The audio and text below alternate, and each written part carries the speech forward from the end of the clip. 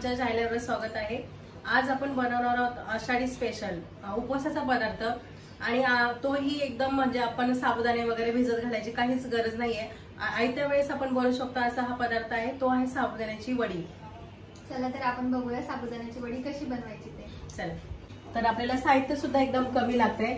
तर इथे बघा हे वाटी भरून मी साबुदाणे घेतलेले आणि ते काय भिजवलेले वगैरे नाहीये, असेच घेतलेले। आणि इथे 2 बटाटे घेतलेत, इथे जिरा घेतलाय आणि इथे मिरच्या आणि खलबत्त्यामध्ये मी कुटून घेतलेल्या आहे। आपल्याला तुम्हाला जसं तिखट पाहिजे असेल तसं तुम्ही घेऊ शकता। तर मी 4 ते 5 मिरच्या एकदम छोट्या साईजच्या होत्या आणि पण मिरच्या खूप तिखट आहेत त्यामुळे मी 4 ते 5च घेतले आणि ठेचून घेतलेत, खलबत्त्यामध्ये ठेचून घेतलेले आहेत। तर आता आपण बनवायला घेऊया। पहिले तर आपल्याला काय करायचंय, हे साबुदाणे आहेत ना मिक्सरला याची पावडर करून घ्यायची। तर हे मिक्सरला मी पावडर करून घेते।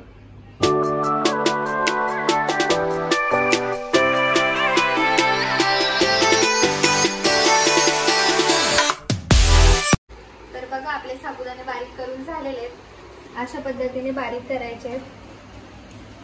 आणि यात आपल्याला शेंगदाण्याचा कूट पण टाकायचा आहे, तुम्हाला मगाशी सांगायचं राहून गेलं। यात आपण थोडंसं शेंगदाण्याचा कूट टाकूया। आता हे सगळं साहित्य यामध्ये टाकून घेऊया। जिरा टाकूया, हिरवी मिरची, शेंगदाण्याचा कूट टाकू। आता आपण बटाटा किसून घेऊया। हे बारीक किसणीच्या मदतीने आपण बटाटा किसून घेऊया। तर हे दोन्ही बटाटे मी आता चांगले किसून घेते। आता आपला बटाटा किसून झालेला आहे। आता आपण चवीनुसार मीठ टाकूया याच्यामध्ये आणि हे चांगलं मिक्स करून घेऊया।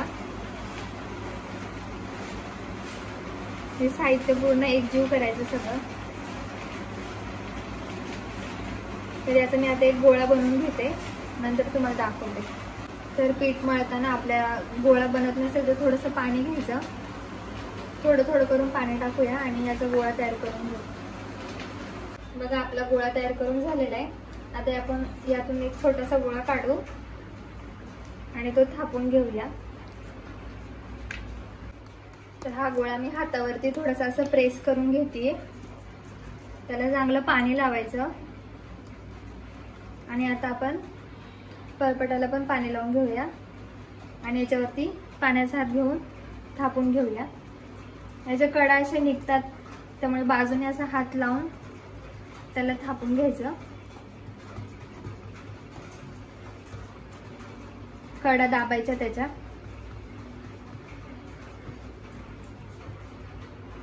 मध्ये मध्ये पाण्याचा हात घ्यायचा थोडासा।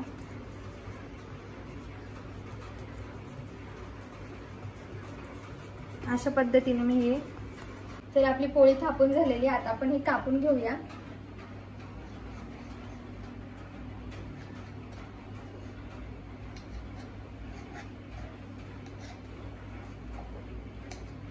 याचे मोठे मोठेच काप करणार आहे मी, फक्त एक लाईन देणार आहे मध्ये अशी।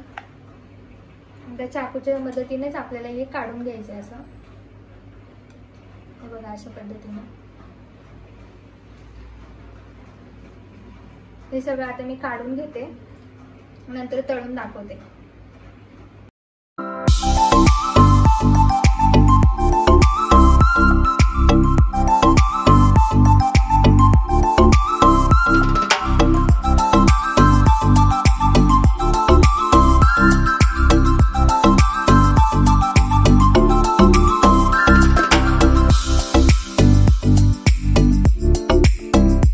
साबुदाण्याची वडी आपली तयार झालेली आहे। आता आपण तळून घेऊया।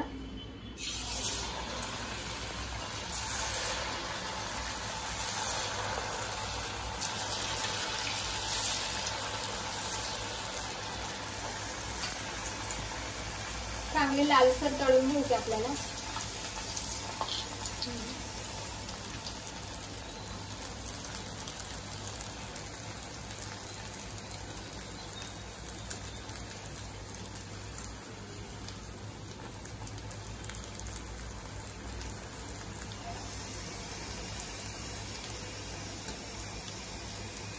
मस्त कुरकुरीत होतात।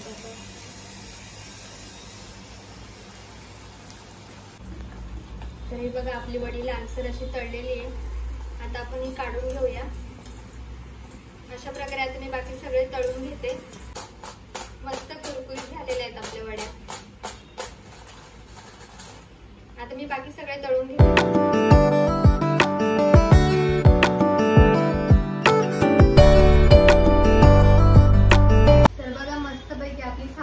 वडी तयार झालेली आहे आणि अगदी झटपट होते. तर तुम्ही या आषाढी एकादशीला ही रेसिपी नक्की ट्राय करा. आणि त्यासोबत चटणी पण बनवलेली आहे. तर तुम्ही ऑप्शन म्हणून दही सुद्धा खाऊ शकता किंवा मग चटणी सुद्धा खाऊ शकता. तर तुम्हाला ही रेसिपी कशी वाटली ते कमेंट मध्ये नक्की कळवा. आणि या आषाढीला या वड्या नक्की तुम्ही बनवून बघा. एकदम सोप्या आणि मस्त अशा कुरकुरीत आहेत. तुम्हाला मी तोडून सुद्धा दाखवते. एकदम कुरकुरीत अशा वाटतात आणि तुम्ही पातळच करत जा. जाड अशा थोड्याशा कच्च्या असतात तर अशा पातळ पातळच लाटा तर मस्त अशा कुरकुरीत होतात. तर ही रेसिपी तुम्ही नक्की करून बघा. उपवासाला आणि साबुदाणे वगैरे आपल्याकडे भिजत घातलेले नसतील तर आपण झटपट असं बनवू शकतो की बाबा असं आता साबुदाणे भिजलेले नाही तर काय करू शकतो आपण. तर साबुदाणे भिजलेले नसले तर आपण ही रेसिपी नक्की करू शकतो.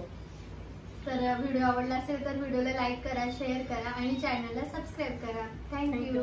बाय.